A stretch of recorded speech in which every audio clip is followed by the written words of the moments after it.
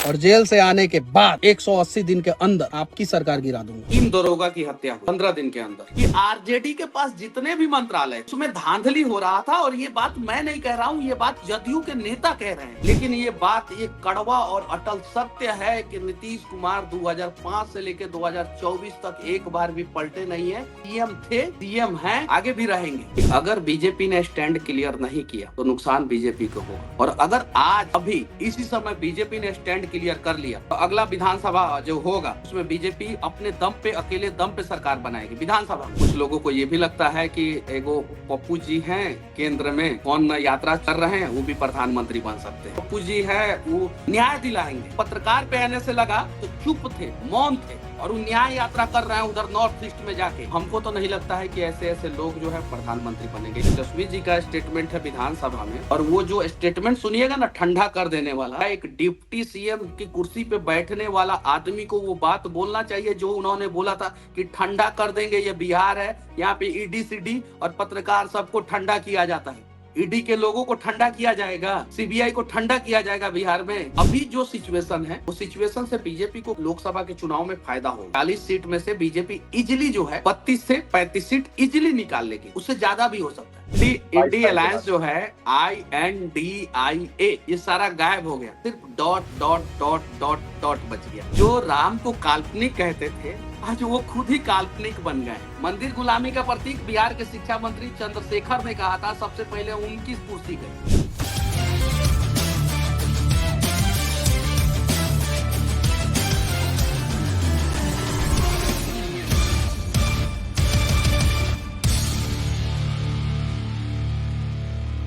नमस्कार, बहुत स्वागत है आप सभी का। मैं हूं सुशांत सिन्हा। बिहार की पॉलिटिक्स को लेकर देश भर में चर्चा है, और नीतीश कुमार मुख्यमंत्री का पद त्याग कर अगले कुछ घंटे में फिर मुख्यमंत्री बन गए। इस बार एनडीए गठबंधन के मुख्यमंत्री बने।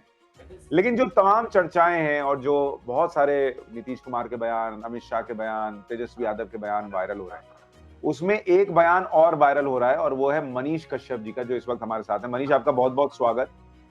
बहुत बहुत धन्यवाद।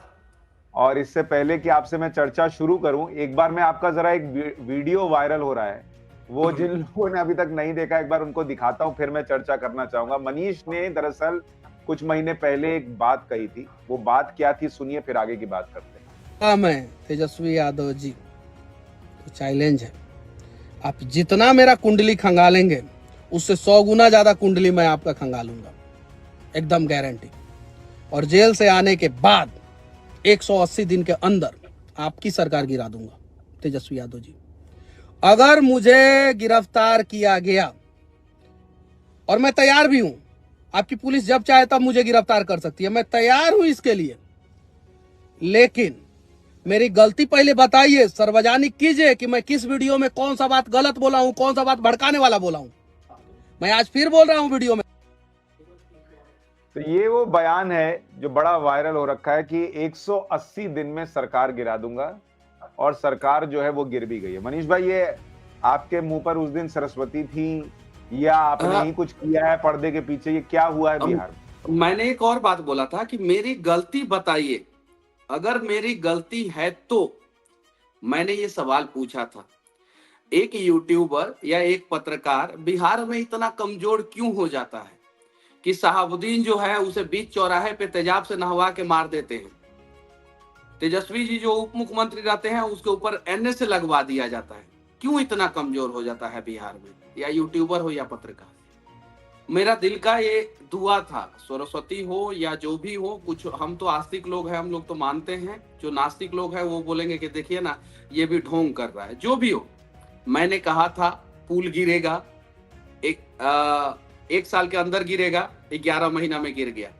वो 13 महीना में भी गिर सकता था, लेकिन 11 महीना में ही गिर गया। मैंने कहा था कि अगर मेरी गलती है तो मेरी गलती बताइए, और हाँ, अगर आपने मुझे गिरफ्तार नहीं करवाया तो कोई बात नहीं, लेकिन अगर आपकी पुलिस मुझे परेशान करेगी और गिरफ्तार करेगी तो 180 दिन के अंदर सरकार गिर जाएगा। और वो सरकार गिरा। उस सरकार गिराने में मेरा कोई योगदान नहीं है, और ना ही मैं ज्योतिषी हूं, ना ही कोई महात्मा हूं। अगर कोई ज्योतिषी होता, महात्मा होता तो वो क्रेडिट लेता। हम लोग बिहार के एक साधारण व्यक्ति हैं, और हमने कुछ लाइन जो है किसी बड़े बुजुर्गों से सीखा है कि अगर आपके जीवन में कितनी भी बड़ी समस्या क्यों ना हो, सच्चे मन से किया हुआ प्रार्थना जो है आपके जीवन के सारे समस्याओं को हरने का सामर्थ्य रखता है। और मैंने सच्चे मन से प्रार्थना किया था कि बिहार में जो ये सरकार है, वो गिरी हुई सरकार है। गिरी हुई सरकार मैं बोल रहा हूँ, वो गिरी हुई सरकार जो है वो गिर जानी चाहिए, और सच में गिर गई। उसका जीता जागता उदाहरण तो आज सबको देखने को मिल गया। अच्छा, ये भी बताइए, आपने दिन काउंट किया कि ये बयान कब दिया था और आज कितने दिन में गिर गई सरकार? और देखिए, मैंने बोला था कि जेल से निकलने के बाद 180 दिन के अंदर सरकार गिर जाएगी, और जेल से निकलने के बाद 36 दिन तक सरकार जो है कैसे भी करके रही, और 37वां दिन गिर गई ये सरकार। 23 बाप रे। दिसंबर को मैं जेल से निकला था, 23 दिसंबर को। और 23 दिसंबर का आप गूगल पे सर्च मार लीजिए, ट्विटर पे सर्च मार लीजिए, कहीं भी किसी भी न्यूज में ये नहीं लिखा हुआ था कि नीतीश कुमार जी का महागठबंधन के साथ जो कोलिब्रेशन है वो सरकार गिरने वाली है। 23 दिसंबर को, जिस दिन मैं जेल से निकला था। उसके बाद से जब 10 जनवरी आया, उसके बाद से शुरू हुआ, फिर खरमास बाद जो है कभी भी सरकार गिर सकती है, और उसके बाद से जो 20 जनवरी को, फिर 22 जनवरी को गिर सकती है, और फिर फाइनली जो है 28 जनवरी को सरकार गिर गई। अच्छा, ये बताइए, आप तो चूंकि वहां खुद ही पत्रकार हैं, तो आपके हिसाब से बिहार में ये जो हुआ वो क्यों हुआ? नीतीश कुमार का महागठबंधन से ये मोहभंग क्यों हुआ, कब हुआ, इसकी शुरुआत कैसे हुई? एग्जैक्ट स्टोरी मनीष कश्यप के हिसाब से क्या है, ये जो आज बिहार में सब देख रहे हैं उसके पीछे? देखिए, कुछ लोग तो ये चीजों को मानेंगे नहीं, लेकिन हम बताना चाहते हैं कि बिहार में 3 दरोगा की हत्या हुई 15 दिन के अंदर। एक यादव जी दरोगा थे, समस्तीपुर में गौ तस्करों ने उन्हें गोली मार दिया रात में। गया में जो है एक दरोगा जी थे, उनके ऊपर जो है बालू माफियाओं ने, जमुई में बालू माफियाओं ने जो है ट्रैक्टर चढ़ा दिया। बेगूसराय में शराब माफियाओं ने एक दरोगा को मार दिया, ठेकेदार को मारा, लोग टीचर को मारा, आम आदमी को मारा, लड़कियों का रेप हुआ, बहुत सारी चीजें। लेकिन ये 3 प्रशासन के लोग जो दरोगा मारे गए ना, इससे जो है बिहार के पुलिस प्रशासन में भी एक खलबली था कि अरे यार, ये तो 3 दरोगा मारे गए, कल किसी का भी नंबर हो सकता है। 3 दरोगा मरना जो है 15 दिन के अंदर, ये बहुत बड़ी बात है। और तीनों को जो है मतलब कि तस्करों ने, बालू माफियाओं ने, शराब माफियाओं ने मार दिया। लेकिन बिहार में एक डर का माहौल था, किसी भी मीडिया ने कवरेज नहीं किया इस पे अच्छे ढंग से। हालांकि खबर आई अखबार में, सुबह जो है खबर आया कि कल ये दरोगा की हत्या, कल रात में ये दरोगा की हत्या, लेकिन इस पे बृहद खबर करना चाहिए था, डीपली। जब मैं जेल से निकला तो ये सारी चीजों को लाया सामने, लोगों के सामने लाया कि भाई बिहार में अपराध का ग्राफ चरम सीमा पे है और यहाँ पे गलतियां हो रही हैं। उसके बाद से ये सारी वीडियो जब नीतीश जी तक पहुंचा होगा तो वो सोचे होंगे, पहला ये कारण हो सकता है। दूसरा ये कारण हो सकता है कि जैसे सरस्वती माँ मेरे जुबान पे आई और मैंने बोला और सरकार गिरी, लेकिन वही सरस्वती माँ नीतीश कुमार जी का भी दिमाग ठीक की होंगी। हम लोग आस्तिक लोग हैं तो मानने वाले लोग हैं कि नहीं, तुम गलत सरकार में हो, तुम गलत चला रहे हो सरकार, यहाँ से निकलो, बिहार के लोगों का यहाँ पे भला नहीं होने वाला। दूसरा कारण। तीसरा कारण क्या था, सबसे इंपॉर्टेंट कारण, कि आरजेडी के पास जितने भी मंत्रालय थे, जितने भी, उसमें धांधली हो रहा था। और ये बात मैं नहीं कह रहा हूं, ये बात जदयू के नेता कह रहे हैं। उस सारे मंत्रालयों में धांधली हो रहा था, गलत तरीके से जो है पैसा निकालना, गलत तरीके से जो है गलत ठेकेदारों को जो है काम दे देना, और बड़ा बड़ा मंत्रालय जो है आरजेडी के पास था महागठबंधन में। ये तीसरा कारण। चौथा कारण जो है, वो जब टीचर का वैकेंसी आया यहाँ पे बिहार में, तो उसमें जिनको उपराष्ट्रपति का नाम पता नहीं है, राष्ट्रपति का नाम पता नहीं है, वो ऐसे लोग और बाहर के लोग जो है बड़ी संख्या में आ गए। और शिक्षा मंत्रालय जो है, वो जो रामचरितमानस पे सवाल करते थे, जो राम जी को काल्पनिक बताते थे, आज काल्पनिक शिक्षा मंत्री जो हो गए चंद्रशेखर, जिनका नाम ही उनके बाप माँ ने जो है भगवान के नाम पे रखा, जिसके शिखर पे जो है चंद्रमा हो, चंद्रशेखर, वो। तो ये सारी चीजें, ये 4 कारण मेन कारण हो सकता है कि इन 4 कारण में से कोई एक कारण जो है नीतीश कुमार जी को लगा होगा। ये चारों कारण लग गया होगा कि सही में अपराध बढ़ गया है, सही में मनीष कश्यप बोला है कि ये नेचुरल अलायंस है, इसमें से इसमें जाइए, या शिक्षा में जो घोटाला हुआ, या आरजेडी के पास जो मंत्रालय था वो काम नहीं कर रहे थे। तो ये चारों कारण में से कोई एक कारण हो सकता है या चारों हो सकता है। अच्छा, ये भी बताइए, आप तो कारण गिना रहे हैं, लेकिन मोटे तौर पर आपको लगता है नीतीश कुमार की छवि जो है वो बहुत डैमेज हुई है, देश भर में पलटू राम उनको बुलाया जा रहा है, कहा जा रहा है इस आदमी पे आपसे कोई मैं पूछना भरोसा नहीं। चाहता हूँ एग्जैक्ट, मैं ईमानदारी से आपसे पूछना चाहता हूँ, आप बहुत अच्छे पत्रकार हैं और आपका जो है हम लोग पाठशाला देखते हैं। इसके पहले भी आप जिस चैनल पे थे वहां पे भी मैं देखता था, सुनता था, और सबसे बड़ी बात है कि आपका शो से ज्यादा जो है मैं ट्विटर पे आपको देखता हूँ। ये जो जो जो ट्विटर पे आप बातें लिखते हैं वो एग्जैक्ट लिखते हैं। आप बताइए नीतीश कुमार जी 2005 से 2024 के बीच में कितना बार पलटे हैं?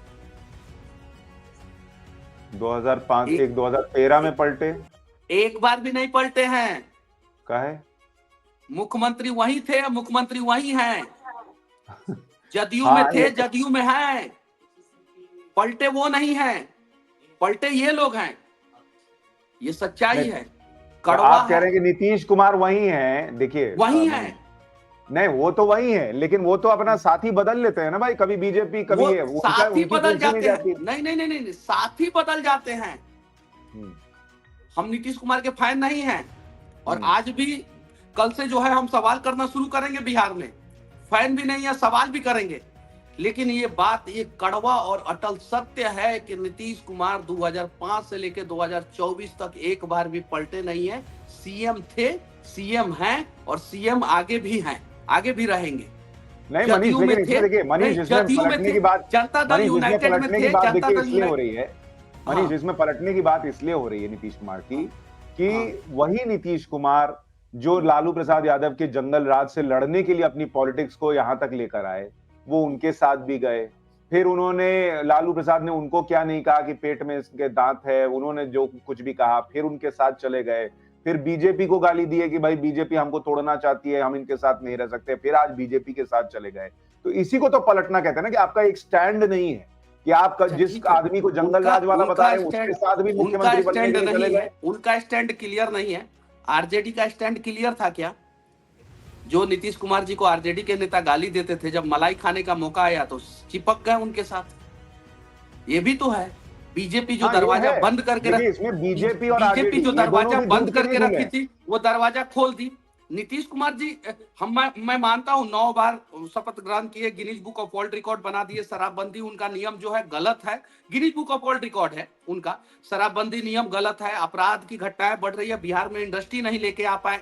मैं खुल के इस चीज का खंडन करता हूं, और मैं ये भी कहता हूं कि बाढ़ पे उन्होंने कुछ नहीं किया, सिर्फ कुर्सी के लिए वो जो है 2005 से 2024 तक लगे रहे। ये सारी बातें मैं मानता हूं, लेकिन पलटे वो नहीं है, उनसे ज्यादा वो लोग पलटे हैं जो मतलब कि बगल में आके बैठ जाते हैं और बोलते हैं ठीक है नीतीश जी बहुत अच्छा, और जब बगल से हट जाते हैं तो नीतीश जी बहुत बुरा। अरे सबको अपने दिल के अंदर झांक के देखना पड़ेगा। मनीष कश्यप कड़वा बोलता है, ये बात सत्य है। सबको अपने दिल के अंदर झांक के देखना पड़ेगा कि जब हमने बोल दिया नीतीश जी गलत है तो काहे नीतीश जी से चिपक गए। जब हमने बोल दिया कि नीतीश जी के पेट में दांत है तो काहे हम उस दांत से जाके गले मिल गए। जब हम बोल दिया नीतीश कुमार जी पलटू राम है तो काहे उनके गाड़ी में जाके अपने खुद को पलटने के लिए बैठ गए। ये भी तो बात है। नहीं नहीं, ये बात देखिए, मैं इसीलिए कह रहा हूं मनीष कि आरजेडी और बीजेपी वो भी कोई दूध के धुले नहीं माने जाएंगे, क्योंकि उन्होंने भी सत्ता के लिए काम किया। लेकिन इस सत्ता के केंद्र में रहते हुए जो आदमी मुख्यमंत्री के लिए मोटे तौर पर कभी इससे सटा कभी उससे सटा, जैसे हम केजरीवाल जी के लिए कहते हैं ना कि उन्होंने यू टर्न ले लिया, नहीं करना चाहिए था। नीतीश कुमार जी को ये काम नहीं करना चाहिए था, ये मैं मानता हूं। लेकिन अगर नीतीश कुमार जी को हम लोग पलटू राम बोलेंगे तो नीतीश कुमार जी के साथ जिन जिन लोगों ने पलटा है, कभी पक्ष में कभी विपक्ष में, वो सारे लोग पलटू राम कहलाएंगे।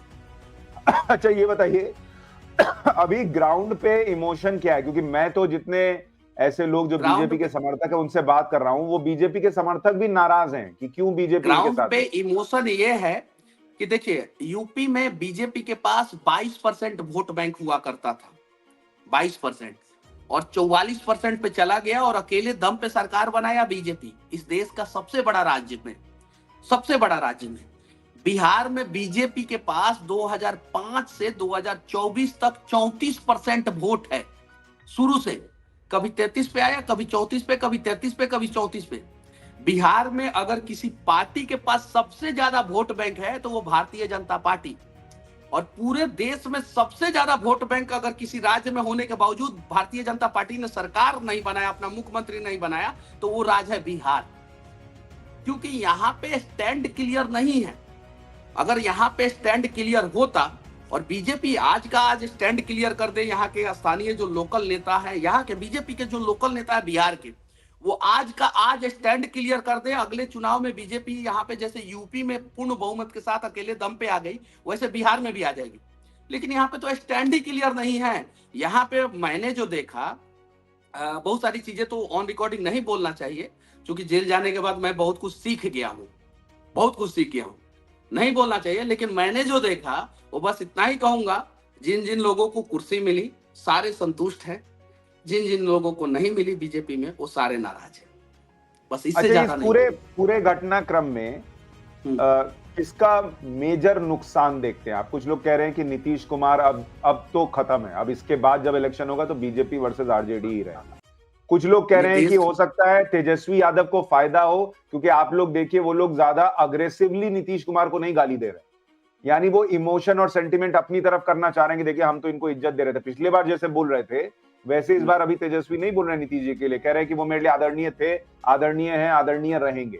तो क्या वो फायदा हो सकता है तेजस्वी की तरफ जाए, बीजेपी को फायदा या नुकसान, किसको आपका एनालिसिस क्या है? देखिए, अगर वर्तमान समय में बीजेपी ने स्टैंड क्लियर नहीं किया तो नुकसान होगा बीजेपी को। और मैं बोल रहा हूं, मेरी उम्र जो है 31 साल है, मुझे ज्यादा जानकारी नहीं है, लेकिन जितना मेरा बुद्धि विवेक है उस बुद्धि विवेक से कह रहा हूं कि अगर बीजेपी ने स्टैंड क्लियर नहीं किया तो नुकसान बीजेपी को होगा। और अगर आज अभी इसी समय बीजेपी ने स्टैंड क्लियर कर लिया तो अगला विधानसभा जो होगा उसमें बीजेपी अपने दम पे, अकेले दम पे सरकार बनाएगी विधानसभा में। लोकसभा में स्टैंड क्लियर से क्या मतलब है आपका? किस चीज पे स्टैंड क्लियर? आप विचारधारा क्लियर कीजिए ना, आप क्लियर कीजिए, आप अपने आप पे भरोसा कीजिए कि हाँ हम अकेले लड़ सकते हैं, अकेले जीत सकते हैं। आपको तो स्टैंड क्लियर है ही नहीं कि 34% वोट है आपके पास पूरे बिहार में, सबसे बड़ी पार्टी है, और आपको अपने ऊपर ही भरोसा नहीं है कि हम अकेले दम पे जीत सकते हैं। आपको चाहिए स्टेपनी। और आजकल आप एक बात समझ जाइए कि आजकल स्टेपनी वाला जमाना खत्म हो गया। जितना बढ़िया महंगा गाड़ी आता है ना, जितना महंगा गाड़ी, उसमें स्टेपनी नहीं रहता है, उसमें 4 गो टायर आता है 4 व्हीलर में। और जितना कम दाम का गड़िया आता है ना, उसमें स्टेपनी लगा के देता है सब। अब बड़ा बड़ा गाड़ी से स्टेपनी हटना शुरू हो गया क्योंकि टायर मजबूत आना शुरू हो गया। उसके पीछे रीजन है टायर मजबूत आना शुरू हो गया। बीजेपी को बिहार में स्टेपनी की जरूरत नहीं है। बीजेपी स्टैंड क्लियर करे। बीजेपी अकेले दम पे जो है बिहार में जो है बीजेपी 45% वोट ला सकता है। यूपी से ज्यादा कंडीशन बीजेपी का बिहार में अच्छा है, लेकिन लोकल लेवल पे स्टैंड तो क्लियर करे। स्टैंड ही क्लियर नहीं है बीजेपी का लोकल लेवल पे। लोकल पॉलिटिशियन यहाँ पे, मतलब कि सारे नेता नहीं, कुछ नेता बहुत प्रयास किए बीजेपी के, जो सीनियर भी नेता हैं, और बहुत सारे नेता, कुछ नाम मैं नहीं बताऊंगा, बहुत प्रयास किए, एकदम तन मन धन से प्रयास किए। लेकिन उन्हीं का पांव खींचने के लिए उन्हीं के पार्टी में लोग हैं, उन्हीं के पार्टी में। इस वजह से जो है बीजेपी का स्टैंड क्लियर नहीं हो पा रहा है बिहार में। हालांकि बीजेपी अगर स्टैंड ले ले तो उसके लिए भविष्य अच्छा है। तेजस्वी यादव का यहाँ से क्या होगा? अखिलेश यादव बन जाएंगे। बीजेपी स्टैंड क्लियर कर ले, तेजस्वी यादव जो है बिहार के अखिलेश यादव बन जाएंगे। स्टैंड तो क्लियर। लोगों को लगता है कि वो अगले मुख्यमंत्री होंगे, उन्हीं को फायदा होगा ये सबसे। देखिए, लगने के लिए कुछ लोगों को ये भी लगता है कि एगो पप्पू जी हैं केंद्र में, कौन यात्रा कर रहे हैं, वो भी प्रधानमंत्री बन सकते हैं। लगता है कि नहीं लगता है? लगता है ना, लगता है ना कि पप्पू जी है वो न्याय दिलाएंगे। एक पत्रकार पे आने से लगा तो चुप थे, मौन थे, और वो न्याय यात्रा कर रहे हैं उधर नॉर्थ ईस्ट में जाके। बताइए, अब उनको भी कुछ लोग बोलते हैं कि प्रधानमंत्री बनेंगे। तो हमको तो नहीं लगता है कि ऐसे ऐसे लोग जो है मुख्यमंत्री और प्रधानमंत्री बनेंगे। ये मेरा मानना है। अब आपका मानना क्या है, लोगों का मानना क्या है, मैं नहीं जानता। लेकिन ऐसे लोग मुख्यमंत्री प्रधानमंत्री नहीं बन सकते हैं, और ये लोग बनेंगे भी तो किसी चीज का कल्याण नहीं करेंगे, इसलिए ये लोग बनेंगे ही नहीं।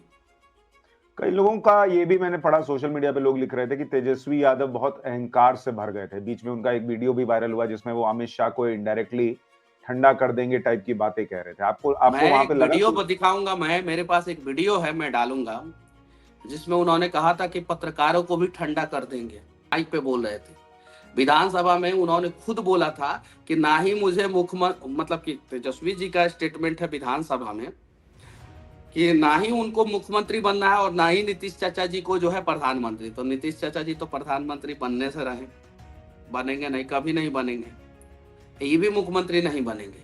और वो जो स्टेटमेंट सुनिएगा ना ठंडा कर देने वाला, तब आपको पता चलेगा। लोग बोलता है कि मनीष कश्यप जो है टाइट बोलता है, गलत बोलता है, इसको इतना नहीं बोलना चाहिए। क्या एक डिप्टी सीएम की कुर्सी पे बैठने वाला आदमी को वो बात बोलना चाहिए जो उन्होंने बोला था कि ठंडा कर देंगे, ये बिहार है, यहाँ पे ईडी सीडी और पत्रकार सबको ठंडा किया जाता है। भाजपा के एगो केंद्र में मंत्री है ना, जो बिहार में खेला करना चाह रहे थे महाराष्ट्र वाला, वो थोड़ा लाइन में रहे, सब कुछ ठंडा दिया जाएगा। इन्हें उन्हें जो कर रहे हैं, जिनका सपना टूटा है ना मुख्यमंत्री बनने का, वो समझ जाए, ज्यादा ख्वाब ना देखे। दिल्ली वाले नहीं बचाएंगे, नहीं बचा पाएंगे किसी को। बिहार है, उनको तो इतना समझ होना ना चाहिए जो लोग खेला करना चाहते हैं। अब जरा बताइए, ईडी के लोगों को ठंडा किया जाएगा, सीबीआई को ठंडा किया जाएगा बिहार में, पत्रकारों को ठंडा किया जाएगा यहाँ पे बिहार में, जरा बताइए। तो ये सारी चीजें एक पहलू लोग देखते हैं कि मनीष कश्यप ने बोला 180 दिन में सरकार गिरा देंगे, नहीं बोलना चाहिए था, आज गिर गई, देख लिए लोग, आज गिर गई ना, देख लिए लोग। तो मैं वही बोलना चाहता हूं कि जो अपने पद पे बैठे हुए थे बिहार में, वो अपने पद का सही इस्तेमाल नहीं कर रहे थे, दुरुपयोग कर रहे थे। नीतीश कुमार जी को लगा कि गलत हो रहा है, वो सरकार बदल दी, इसलिए जो है बीजेपी में आ गए। लेकिन बीजेपी वालों को भी स्टैंड क्लियर रखना चाहिए था। अगर स्टैंड क्लियर रखते तो शायद जो है आज बीजेपी अपनी सरकार खुद अकेले दम पे बनाती। नीतीश कुमार जी जब 103 सीट जीत गए थे बिहार में अपने दम पे, अकेले दम पे, उस समय नीतीश कुमार जी का स्टैंड क्लियर होता तो शायद बिहार के साथ साथ झारखंड में भी जदयू का विस्तार हो गया रहता, और जदयू जो है आम आदमी पार्टी से पुरानी पार्टी है, 2 राज्य में जदयू की सरकार होती। तो स्टैंड क्लियर जब केंद्र सरकार का हुआ, भारतीय जनता पार्टी का हुआ, तो पूरे देश में भारतीय जनता पार्टी का लहर आया और भारतीय जनता पार्टी जीती। बिहार में भारतीय जनता पार्टी का स्टैंड क्लियर नहीं मैं अगर सही समझ रहा हूं, आपके हिसाब से बीजेपी अगर नीतीश कुमार के साथ न जाती, अपना स्टैंड क्लियर रखती कि हम अकेले ही आगे बढ़ेंगे, तो उसको ज्यादा फायदा होता है, साथ जाकर उसने नुकसान किया है अपना। बीजेपी 2017 में जब गई ना, 2013 में टूटा, 15 में विधानसभा का चुनाव हुआ, विधानसभा के चुनाव में नीतीश जी और आरजेडी को बहुमत मिला और वो लोग जीते। फिर नीतीश जी 2017 में टूट के आए, बीजेपी में आए। उसी समय बीजेपी स्टैंड क्लियर कर दी होती ना, तो 2020 में बीजेपी का अपना मुख्यमंत्री होता, बिहार में अपना मुख्यमंत्री होता। और अभी जो सिचुएशन है, वो सिचुएशन से बीजेपी को केंद्र लोकसभा के चुनाव में फायदा होगा, एकदम 100%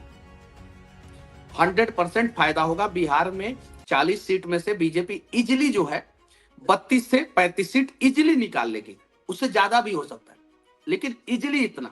अगर नीतीश जी नहीं होते तो बीजेपी को लॉस होता, लेकिन नीतीश जी की पार्टी खत्म हो जाती। नीतीश जी की पार्टी को 2 से 3 सीट आ रहा था, ये सर्वे है, आंकड़ा है बिहार में।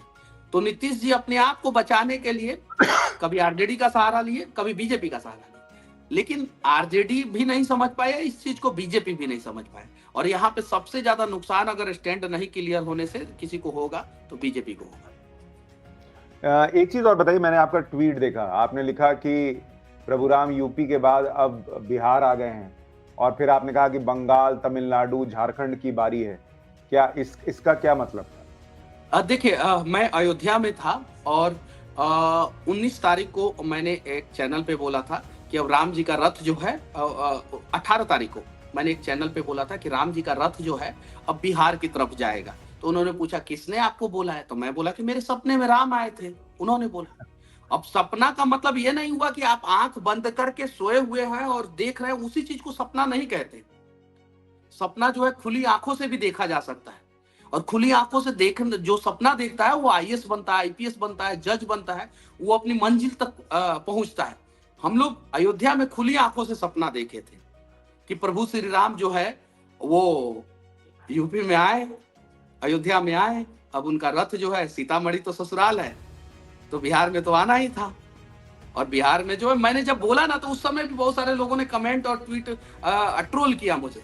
जब मैं 18 तारीख को, 18 जनवरी को जब मैंने बोला कि प्रभु श्री राम का रथ जो है पूरब की दिशा में जाएगा, पूरब के दिशा में यूपी के पूरब जो है बिहार है, बंगाल है, थोड़ा सा इधर चले जाइए तो झारखंड है थोड़ा सा, और हाँ तमिलनाडु में भी राम जी के प्रसारण पे, प्राण प्रतिष्ठा के प्रसारण पे पाबंदी लगाई गई, तो 21 जनवरी को मैंने बोला था एक चैनल पे, दूरदर्शन चैनल पे मैंने बोला था 21 जनवरी को कि राम जी का रथ जो है बिहार, झारखंड और बंगाल के बाद तमिलनाडु भी जाएगा, और देखिएगा बिहार के बाद झारखंड, बंगाल और तमिलनाडु में भी राम राज आएगा 100%।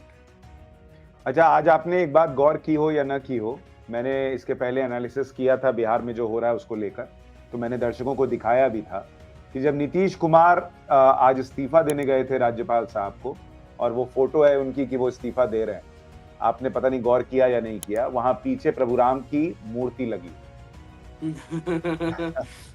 तो वो क्या संकेत है कह नहीं सकते, लेकिन रामलला जब से आए आप देखिए, बंगाल में ममता बनर्जी ने कह दिया मैं अकेले लड़ूंगी, केजरीवाल की पार्टी कह रही है कि पंजाब अकेले लड़ेंगे, इंडी गठबंधन खत्म होता जा रहा है, और अब तो नीतीश कुमार भी अलग हो गए। ये सब हो रहा है इंडी अलायंस जो है INDIA, ये सारा गायब हो गया, सिर्फ dot dot dot dot dot बच गया।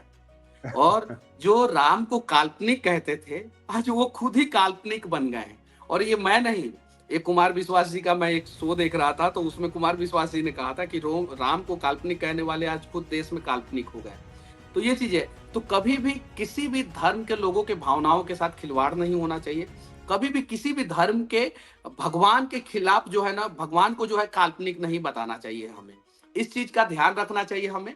और जिन जिन लोगों ने राम के ऊपर सवाल किया, किसने कहा था कि अस्पताल बनना चाहिए, मंदिर नहीं, किसने कहा था? आपसे मैं पूछना चाहता हूं, याद है वो किसके जुबान पे ये बात आया था? किसने कहा था मंदिर गुलामी का प्रतीक है? आपको पता है? बिहार के शिक्षा मंत्री ने कहा था मंदिर गुलामी का प्रतीक है।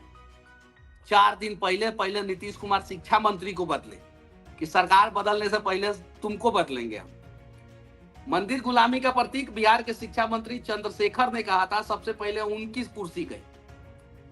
तेजस्वी जी ने कहा था कि मंदिर नहीं बनना चाहिए, पहले जो है अस्पताल बनना चाहिए, और उनको पता नहीं था कि राम मंदिर बनने से पहले सरकार ने 2019 में दशरथ मेडिकल कॉलेज बना दिया था वहां पे।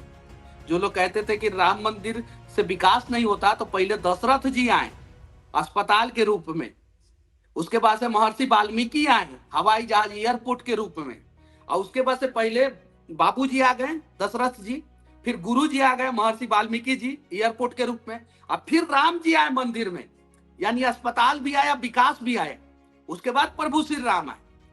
तो ये चीजें लोगों को समझ में आएगी तो ठीक है, नहीं समझ में आएगी तो जो लोगों को अस्पताल चाहिए तो जाएं, अब अपना बीपी का इलाज कराएं, जरूरत है उनको डॉक्टर की।